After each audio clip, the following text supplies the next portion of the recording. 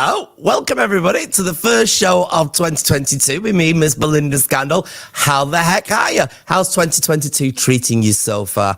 It's still, we're on the precipice a little bit, aren't we? We don't know if we're going to be all right. We're not sure if we're going to be okay or not okay. We just don't know, do we? But I'll tell you what, we're with you now for the next 36 minutes exactly, everybody. So just sit back and relax.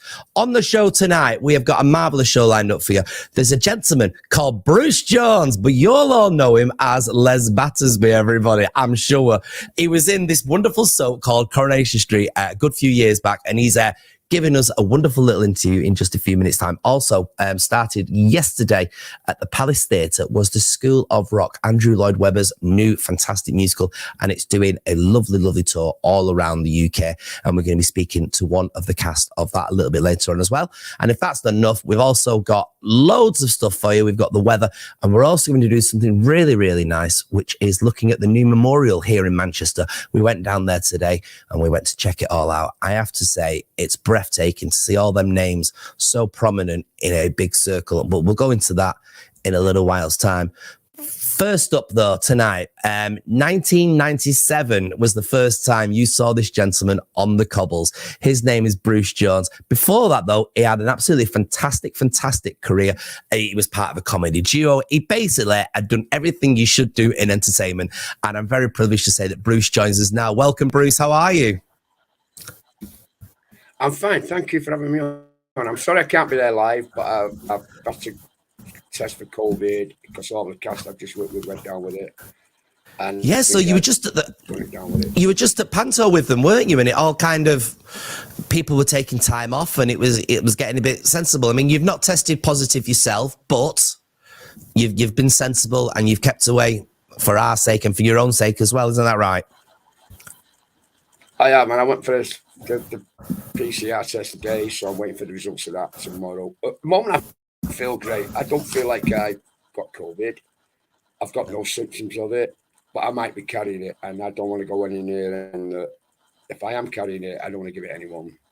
I've asked to phone my wife today and say I can't come and stay with you tonight, and let you go to your mother's on Sunday and give her COVID. She's 70 odd years of age, and I can't afford to do that. So I apologise to all you viewers out there that I can't be there live. That's all right. You're as live as we can get with this pandemic going on still, and that's all we can ask for. Now, Bruce, you started off... the run. We got the end of the run. You did. Yeah, indeed. Now, Bruce, you started off doing lots of different things. You started off as a comedy duo. Tell us a bit about that. Well, I had a dream many, many years ago as a kid living on the council estate in Manchester. I was brought up in Wales, and when I was 3 years of age, my mum took us to Manchester. But in Wales, as a kid, I joined this theatre group as a young kid. And I remember going back to Wales, and I got my first break at school was doing an intimacy play. I never clapped, so I remember saying to my mum, "Why are you clapping us, Mum?" And my mum said, "You've got it right, son. That's what you do when you get things right. You don't have to go that way inclined in a world where you don't want to be. You can get things right." And that resonated me all my life. And I've always looked at stage. So I secretly went to drama school at night and did things I wanted to do. But things happen. You get married and things happen. And that tends to leave you behind a bit. But yeah. And then so then, of course, first marriage things. Yeah. Now you moved on to Coronation Street in 1997. How did that come about for you? Well, I did a Ken Loach film called Rainy Stones, and that won me European Actor of the Year. And then I did Roughnecks, I did Frost, I did all these TV shows. And I remember the producer saying to me, "It's Rainy Stones," and he was bringing his family in.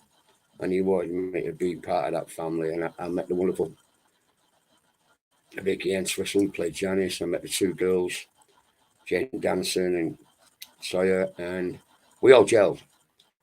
But we all had our doubts about this family going in Coronation Street, especially me, because I'd watched it with my grandmother for years and years and years. And I said to her one day, "I'm going to be in that show one day, Gran."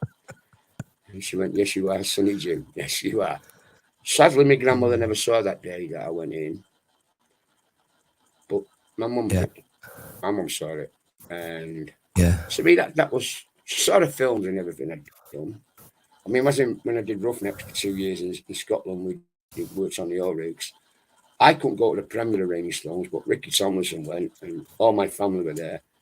And I was on an oil in the North Sea filming Roughnecks. And I finished my scenes for that day, and I went and stood out on the oil rig bridge, and I'm looking up at North Sea thinking, I should be at that. I should be at that premiere. And I had tears in my eyes. My mum was there. My mum was there. My family. After that, it just took off for me. It just Rainy Stones just took off. I've done that so many films now with so many actors. I'm so privileged. I'm a privileged council kid. But anyone with a Yeah. dream can do what I've done. As long as you've got that dream, especially from Manchester. Anything's possible in Manchester. Tell us about some of your best moments then on Coronation Street. Oh, there's lots of them. I mean, I can remember lots of things I did that wasn't really right to do, but they were funny. They were funny things to do. I mean, the most question I get now is when am I going back? And we could do with you back now because they seem to don't like the new one, so they're watching the classical. And I just get. It's like being back in it again in a way. It's like being back in it. And I'm proud of that. I'm proud of Coronation Street. I'm proud of what they did. I'm proud of being part of Coronation Street. And no one can ever take that away from me. I was 11 years in there, and no one can take that away from me. Absolutely not. I mean, you were a fantastic character in there, a very prominent character. The cock of the walk, I think some would say, on them cobbles for the years that you were in it. Sadly, though, you left there, and it kind of didn't go too well after that, and you started struggling with quite a few demons after that. How was it being suddenly part of something marvellous and then kind of having nothing else after that straight away? I was quite sad at leaving the street, and I was quite sad at not being able to get work anymore because I was so typecast as Les. I'm married now for my second time to my wife Sandra, who I love more than anything in the world. That woman saved my life. I was on a suicide strip not 2 years after. I disappeared. No one knew where I was. Newspaper was looking for me. Everyone was looking for me. Disappeared. I didn't want to know anymore. It was like from a kid to getting there and then suddenly not being able to work because of who you were, Les Bassett there. And everywhere I went, it was like, get back in that show, get back in. Leave me alone, just leave me alone. And I had other demons in my head as well at the time, but I thought I'd got rid of them, but they came back. So I went for 2 years, I just disappeared. And I had friends who looked after me, very good friends. And they sort of, I went into a depression like you won't believe. Sorry? You were fighting a few demons then, were you? Yeah, I just got 2 years, but then I got offered. A friend of mine offered me a script in Wales to do a film in Wales, and I said I don't really want to do a script anymore. And the script was called Cream, and I read the script and gone, this is a good script. And he offered me the chance to do the film, and I said, okay, I'll do the film. I'd done so many awards for my work that I didn't think I'd be able to do it again. And so, I mean, my life was over at that time, and I just didn't care. I did the film. I went and did Cream. And it went into the Welsh International Film Festival of the year, which is thousands of films from all over. It's a big festival in Cardiff. And I didn't go to that festival. I thought, I'm going to one of these festivals anymore. I've been to so many, and every time I go, I win an award. And I won it. I got the best actor for Cream. And after that, I was everywhere and nowhere. Everyone wanted me to work. So I just thought, right, demons are gone. Les is gone. And to me, it's like, I can act. Yes, I can do this. I can go back and do it. and it upset me that I'd done this film and it got me that award. And then after that, I signed for other films and another film. And Les was sliding down the drain. He was going down the slide, and I was going up it. I was climbing up it as he was coming down. And I suddenly found out I have got a world I can work in. Les is going now. Don't ever get me wrong. I'll always love Les. Always, and Janice and the girls. I'll always love them people. But I know I was climbing up the slide instead of sliding down now, and it was. I remember after going away for 2 hours, I went to see my wife, and she just hugged me, and it was just great to be who I was again. And then I'd worked with Bob Hoskins. I'd worked with so many people. I did so many movies. I won the Access Guild for the full months here. I'd been in all these films. And I did Frost. I did Heartbeat. I did all these TV. I did Hillsborough. I did so many TV series that I wanted to find it. I thought the only way out for me is get rid of yourself. And that 2 years, I disappeared. I knew one way or the other I wasn't coming back, whether alive or dead. Yeah. So, what's keeping you going then, Bruce? What's keeping you G'd on? What's keeping you happy? Now it's the fact that I've got a beautiful place to live. I've found a village I love to live in. I live with beautiful people. They're not, I miss Manchester, but I love Wales. I was brought up in Wales, and Wales is part of my life. And the Welsh people, I consider myself Welsh, even though I was born in Manchester. I was brought up in Wales till I was 3 years of age, and Wales to me is my heart.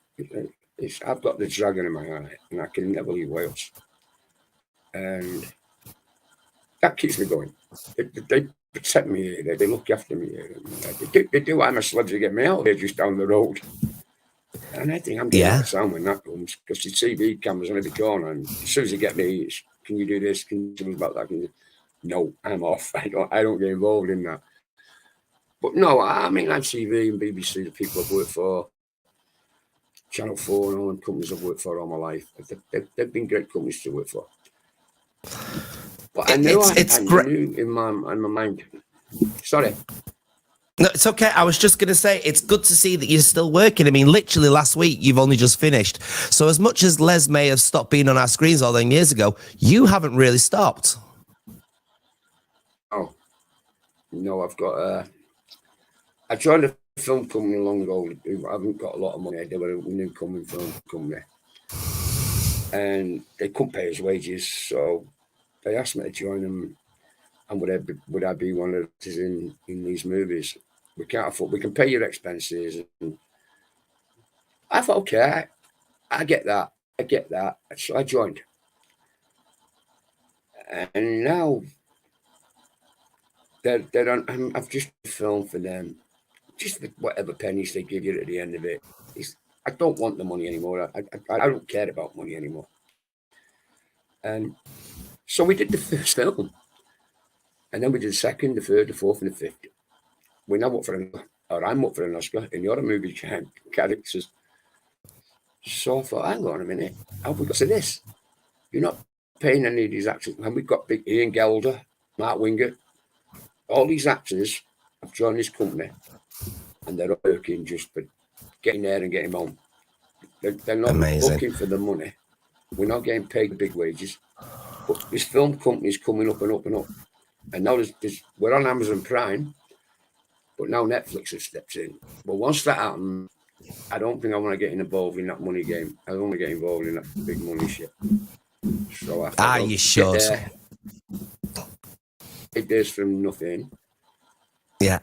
You get in there now. Once you get there, I'm out. It was my contribution to you for giving me that chance to be back in big movies again. But now I've been offered 3 movies in America. Can you believe it? I just don't believe when it's going to end. Yeah, definitely. Listen, Bruce, we are unfortunately running out of time here now. I just want to say a big thank you. We've had a few comments for you as well, just before we let you go. So let's have a look at these comments that we've had in for you. Here we are. We've had a lovely one from Leanne, who, there you go. That's nice. And another one there. She says she fancies you a lot. She loved you in that wonderful program there. I mean, you've still got all this support behind you. I could talk to you literally for hours. Unfortunately for now, though, Bruce, we are going to have to leave it. So thank you very much for your time. The one and only Bruce Jones there, everybody. Amazing, everybody. What an absolute gentleman. Now then, as Bruce was talking about there, several million people are suffering with the down days, everybody, as I call them. But fear not. There's always one lady here who's always able to lift your mojo. Happy New Year! It's Jo Britton, your personal performance coach, for another minute of mojo. It's that time of the year for New Year's resolutions, isn't it? I'll let you into a secret. I don't make any. This is because if there's something that I want to achieve, I don't wait for an arbitrary date in the calendar to start doing it. I just get on with doing it. So if this is you and there are things that you want to change in your life, just get going today. And here are a few tips on how you can do it. Just think about the outcome that you want to achieve. So if it's losing weight, be really specific about it. That is too vague. Think about the weight that you would like to be and when you would like to be that weight. So for instance, write this in the present tense. It is now the 31st of March and I am however many pounds that is. And then think about what it would be like to achieve that outcome. How will you be feeling? And what are the consequences if you don't? Then all you need to do is break it down into steps to take. What will have needed to have happened for you to get to the weight that you would like to be? So that could be eating healthy food, taking 30 minutes of exercise every day, whatever those things are, write them down. And then be really specific about how you're going to do those things and when you're going to do them, and build some healthy habits around it. Let me know how you get on with achieving your outcomes. And if you want any more help, come and follow me on my Instagram page, jobritton.mojo, where there are more mojo fueling tips and advice. I'll be back next time for another minute of mojo.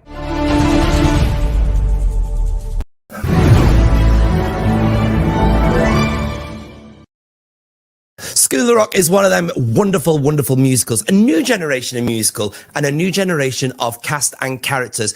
Gone are the days of them very flamboyant musicals. Instead, these days, you're looking literally to attend the School of Rock. And one gentleman joins us here right now, Mr. Alex Tomkins. Welcome to the show. Oh, thanks for having me. Can I just say, you look absolutely beautiful.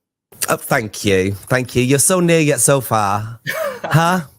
School of Rock. It sounds phenomenal. For those people that aren't aware of Andrew Lloyd Webber's new endurance into these types of musicals, perhaps explain a little bit about it. Yeah, it's do you know what? I've been attached to the project for probably about 5 years now, and doing it in the West End. It's something that I care a lot about on a number of levels. I think mainly that it's been a really good, stable job for me and supported me and my family. I've got 2 little kids. So that's firstly. But secondly, it's a production that's just full of life and energy, and it's quite an important show. I think it sort of shows how music is not an exclusive thing. You know, it's something that all kids should be able to do.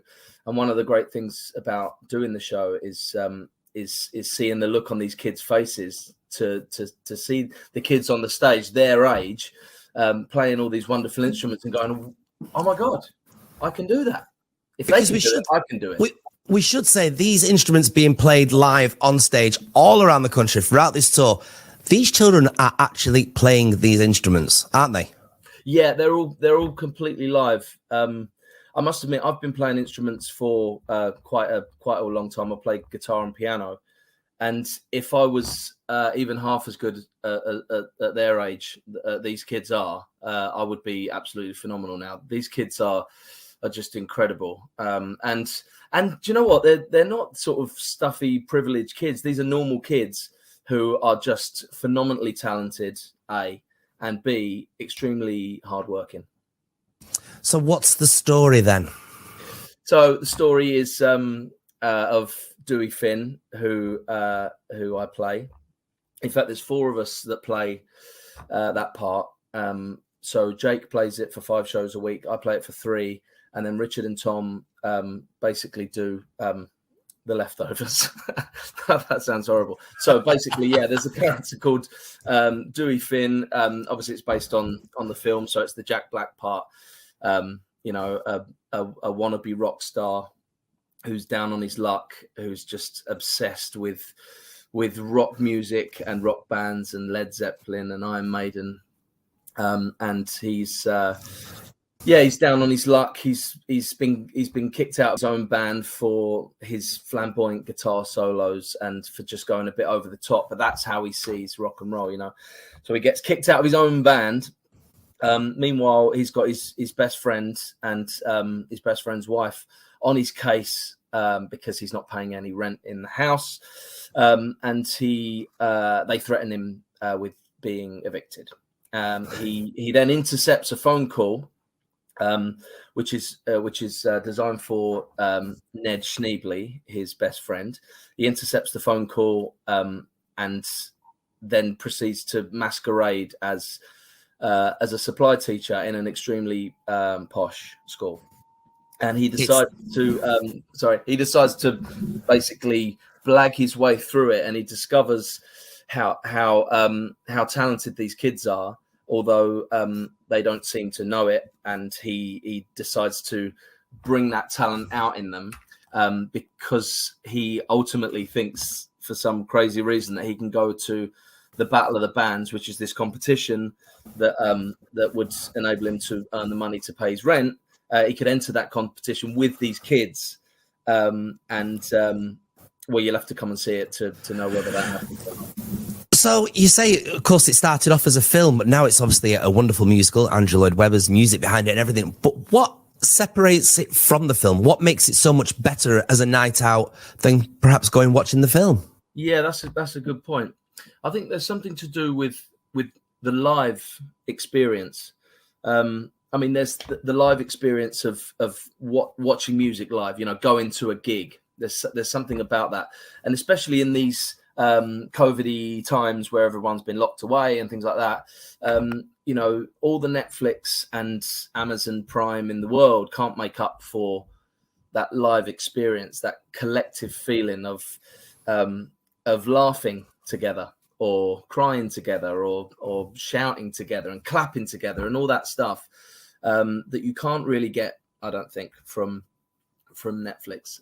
So it's the shared experience that you get from it, and it's also, yeah, it's just complete passion, and you see it before your very eyes, and you can't pause it, and you can't rewind it, and it's just completely live. It sounds amazing. Now, you mentioned you're sharing the part with a few other people. I'm guessing it's a demanding role for that reason then. Yeah, that's exactly it. Yeah, we, usually us performers, we would do 8 shows a week, but we split the part up into like a 5-3 split. And if you're feeling a bit run down, one of us can jump in, and it's just one of those things where we need to spread ourselves out a little bit, because it's completely, I mean, as Dewey Finn, you're on the stage for the whole thing, basically. And it's extremely, extremely physically and vocally demanding. And as much as probably any other role I've ever seen in musicals. And of course, you say demanding for yourself. What about for the children that are in it? It must be super extra demanding for them as well. Yeah, yeah. They're work colleagues. So I sometimes forget that they're just little kids. And sometimes if we're on a Saturday matinee, and occasionally you catch one of them staring into the wings or just struggling to concentrate a bit, and you go, "Come on, focus." But actually, they what were you and I doing on a Saturday lunchtime? Probably playing computer games out in the park, on the bike, or whatever it is. And these kids are working. Yeah.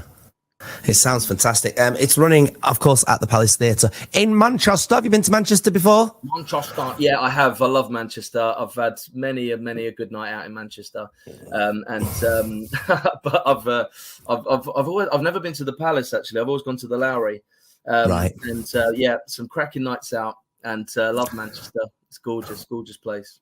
Well, we're going to make sure that everybody that's watching our program comes down and watches this, because it's what you. I class it, and I have said this, and perhaps I'll get in trouble for saying this, but it is a grown-up version, even though it's got children in it, of Matilda.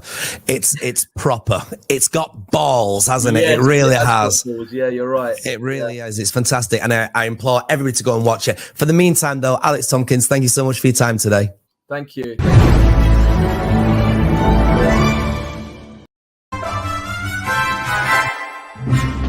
Here are some great things you can watch online or on telly in the next few days. On Netflix, the Queer Eye Gang are back for another series helping people improve their lives and their surroundings. Also on Netflix, Joey Beatty is back in another series of Witcher, the show that plays with time. Now, Star Wars fans will love The Book of Boba Fett, now streaming on Disney+. And new to watch on ITV Hub this week, it's Scooby-Doo, and guess who?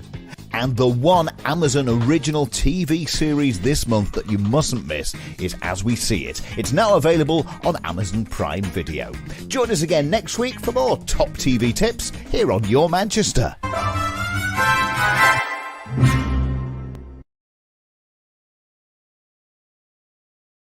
So loads to watch, everybody, so make sure you check it out. There's loads going on. Manchester's vibing again, everybody. Of course, on the 22nd of May 2017, there was a different vibe. Now, there's been a memorial that's opened today in Manchester, just outside of the cathedral, and it's absolutely stunning. We thought it was only appropriate to show you this.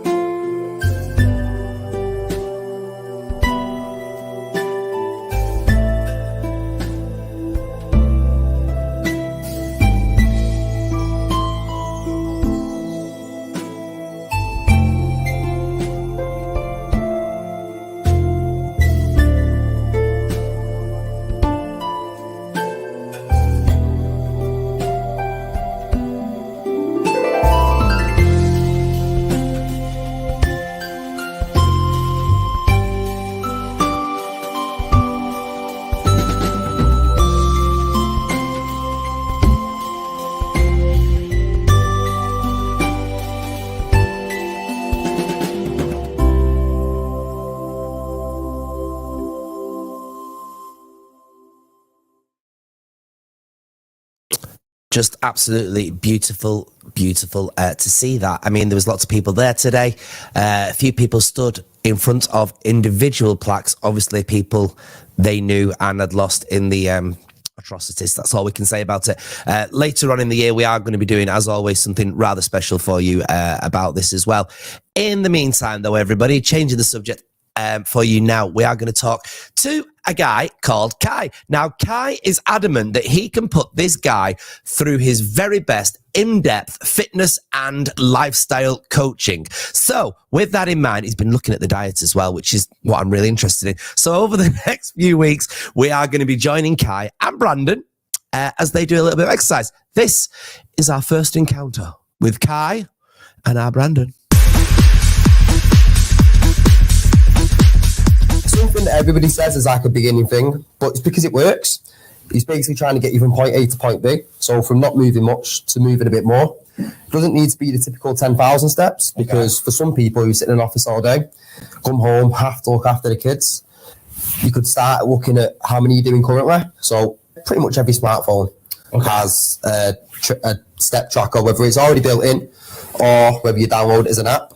You could just look at seeing your usual steps per day and just trying to increase it a little bit at a time. So you could even do it week by week. So you go an extra 1,000 steps of your average for next week. Yeah. An extra 1,000 steps per day of your average for the week before, until it's becoming unrealistic for your lifestyle. Absolutely. Yeah. So always try and fit it in around what you can do. Yeah, so don't just go from your typical, this guy said online, 10,000 steps. Go, right. And for me, that might not be necessarily achievable. You might end up feeling like a failure, and it just doesn't work out well. So always fit it in from where you currently are. So if it's going to be a step thing, which again is probably my first recommendation, have what you usually do. Either download a step counter, see how you're going on for the end for the start of Jan, sorry. So see how you're going on for the start of Jan, and then just try changing it around and having a look. In the second week, start setting some goals in the second week. Fantastic. And so then what's our second tip of what we should be doing then? Try and find an active hobby. So I know for you, it's the gym now. The gym with me. As most of our viewers know, I'm at the gym quite often now. Didn't used to look this way. Thanks to this man, I'm now a far better looking person. The gym is one of them. If that's not an option, just finding something like either a dance class, martial arts, just picking something up that you might find a bit more interesting. Even running outside. I mean, it's probably my least favourite thing, but it's not my kind of training. But if somebody finds that enjoyable, it's something from, especially if you've never done anything like that before, starting running can make you feel 10 times better just because you're coming from no fitness background at all. So if you are completely new to it, just moving more, get you feeling better. Number 3 is set yourself a goal. Okay. Now, sometimes this can be through the help of a coach. Right. Even if you don't need to work alongside them, if you know anyone that's into the sort of the gym and into stuff like that, maybe just a bit of friendly advice on what is realistic and what isn't realistic. Okay. I mean, one that I'm not really a fan of is like goal body weights. We do it. Yeah. But it's because as a coach, for his frame, I know the ideal body weight I'd like him at. Some people are really big boned, and if you start giving yourself goal body weights and your body's just not meant to be like that, it can become a bit more unhealthy. If you start running a distance, so say 5 kilometers, try and bring it down every time. So you've got a goal in your head, and then when you've done it a few times, you might be able to hesitate a guess of, it's coming down by this much. I want it to get to this much by maybe end of Feb. Obviously, we've been talking about exercise this episode. So I assume you've got some exercises to put me through my misery in some way. I'll tell you what, we'll do the finisher of plan. So of course, not something we're used to. We're used to like sort of lifting weights, but it wouldn't be as fun as this stuff because he's not used to it. So this is a bit of a finisher to a HIIT workout that Kai is creating, something that you can do at home that will help you lose weight, but also get you more energetic, just like we've been talking in this episode. It's going to be high knees. Okay. So it's going to be for 8 reps. Right. Just going to be 1, 2, 3, 4, 5, 6, 7, 8. Okay. Yeah. Then it's going to be into 4 squat jumps. Right. Yeah. Okay. So squat jumps. We've actually never done this before. Okay. What's a squat We've jump? only ever squatted with a weight on your back. So squat jump. Usually him. Basically, your squat jump is just going to be a body weight squat. Okay. So as we've done as our warm ups. Yeah. Squatting down nice and deep. Okay. As you come back up, you're going to go into a little jump, not too high. Okay. 2, 3, 4. As part of the HIIT workout, so prior to the finisher, okay. As part of the HIIT workout, you'll be having breaks, you're doing it for set periods of time. Yeah. For this is just for 2 minutes straight, no breaks. And as you can see, I don't do my running. Okay, let's do some cardio then. Right, so okay, so you're going to start with the high knees. I'm going to start the timer, yeah? Okay. Let's go. 5, 7, 8. What do you get, mate? 1 more minute, yeah? 1 more minute. And again, high knees, get them higher. So you want them to be in line with the hips, at least. Okay. And then back into the squat jumps again. Listen. So. 1 more. Up again. 10 more. 7.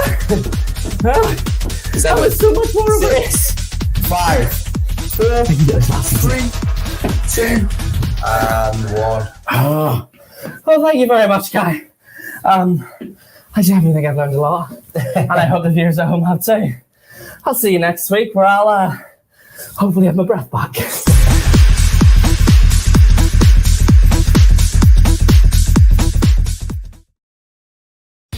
Here's what's happening across Manchester as we head into 2022. Andrew Lloyd Webber's School of Rock is now on at the Palace Theatre and runs until the 15th of January. On Friday night, you can see Abermania at the Manchester Opera House. Over at the Bridgewater Hall, the Glenn Miller Orchestra are performing some big band classics on Saturday. There's a whole host of films to see at home starting Friday, including The 400 Blows, Doggerland, Boiling Point and A Hero. If you were a fan of Postman Pat, there is an exhibition all about him at the Watside Arts Centre in sale until the 15th of January. Of course, over at the Hope Mill Theatre, The Wiz is continuing its run until the 16th of January, and The Lion, the Witch and the Wardrobe is back at the Lowry until the 15th. Singer-songwriter Sam Ryder is performing next Tuesday at Gorilla on Key Street, and if you like your heavy rock, then Avatar are performing at the O2 Ritz on Sunday night. Now, if you've got a gig, big or small, you'd like to tell the whole of Manchester about, then drop us a line. Contact us at yourmcr.com. Loads going on for you over Manchester. It's great to see. Of course, School of Rock we were talking earlier about as well. It's fantastic. Loads to do outside as well, as our weatherman is going to tell you about now. One fabulous place he's been to this week. I think it's called Candle Hill. Paul Rudd, where have you been this week?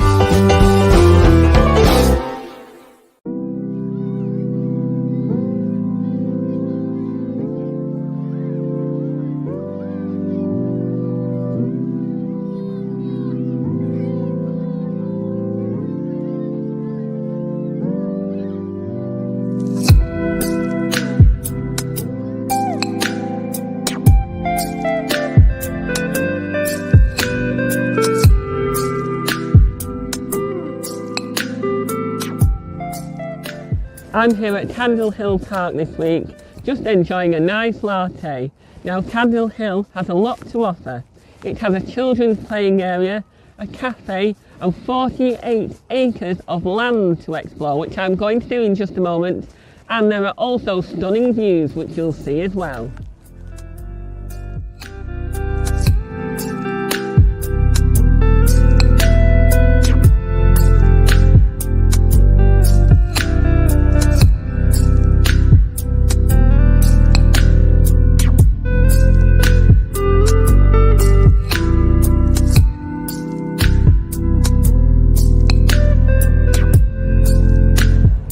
Hello my lovely weather watchers and welcome to this week's weather forecast with me, Paul Rudd. And it's the first weather of 2022.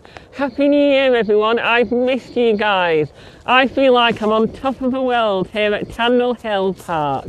And there's a great view of Manchester right over there, it's absolutely beautiful. Well, Christmas and New Year has been a bit of a washout, but push that to one side, it's going to continue with the wet theme. Very unsettled, very cold, very windy, and there might be some snow on the Pennines. So here's the weather forecast for January 2022 so far. Thursday is looking like rain with the temperatures of 7 degrees Celsius. Friday is looking like rain also, heavy showers with the temperatures of 5 degrees Celsius. As we look into the working weekend right now, Saturday is looking like rain with the temperatures of 6 degrees Celsius, and Sunday is looking a little bit better, cloudy, but there might be an outburst of rain with the temperatures of 6 degrees Celsius. So let's hope this year brings us love, light and happiness for 2022. Get yourselves wrapped up, keep warm, stay safe and dry if you can. Time to go back to the studio. From me here at the beautiful Candle Hill Park, back to the studio for this week's amazing episode of Your Manchester.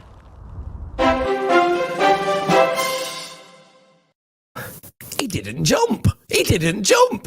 Probably because he thought he was going to fall down that hill, to be honest, which would have been great for us because that would have been a wonderful outtake. Anyway, everybody, we've got some marvellous guests lined up for you. I have just kept my little keypad with me because there's been quite a few comments tonight and I've been replying to as many as I possibly can. If you want to get involved in our show, all you need to do is contact us at yourmcr.com, and we are mega excited, everybody, because we can now announce that last year, 2021, we had 1 million views, everybody. Well, just a little bit over as it is, but 1 million views in 2021, making this Manchester's favourite magazine show, everybody, which is absolutely fantastic. Stay in contact with us. Loads of guests coming your way. Brandon's back next week. Hopefully he's not just a picture. He's in Ireland at the moment. Which part of Ireland is he in? Do we know? Antrim, everybody. Yes, nice place. Never been. I'm sure it's lovely. And he's there with Father Christmas. Go figure. Everybody, thanks for watching this week's episode of Your Manchester.